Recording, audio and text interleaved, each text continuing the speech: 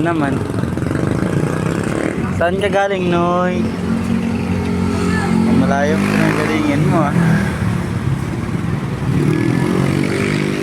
Kuya, ilang taon na po kayo, kuya? Ilang taon na po kayo? Ayun pa. Kawawa naman si kuya. Sa mga nakakakilala dyan, puntahan nyo na lang dito. Puntahan nyo lang dito sa Marikina.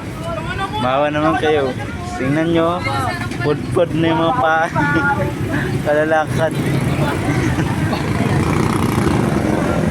Guys, tingnan nyo naman yung kuko nyo. Isang taon nang walang, linis-linis. Ano, mukhang uling na oh. Kawawa naman tong taong to.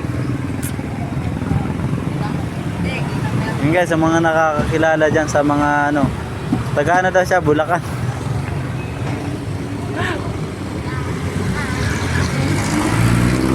Iniwan daw siya ng kasama niya dito sa Marikina. Ngayon, wala siyang cellphone, tsaka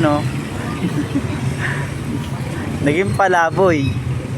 Guys, sa mga nakakilala, puntahan nyo lang dito sa Barangay Malanday, Marikina City. Ayan, tandaan niya mukhang yan ha. Guys, binigyan ko ng leg kasi nakakaawa naman. Nakita ko doon sa may gilid, nakaganon yung kamay niya, nangingin, nalilimos. Kaya sabi ko, kuya, punta ka muna dito para makakain ka. Guys, binigyan ko ng 2 leg. Ay, 3 pala. Tingnan, nagkabuhay na yung mukha oh. Medyo masaya na siya kasi sa loob ng isang taon ngayon lang siya makakakain ng leg.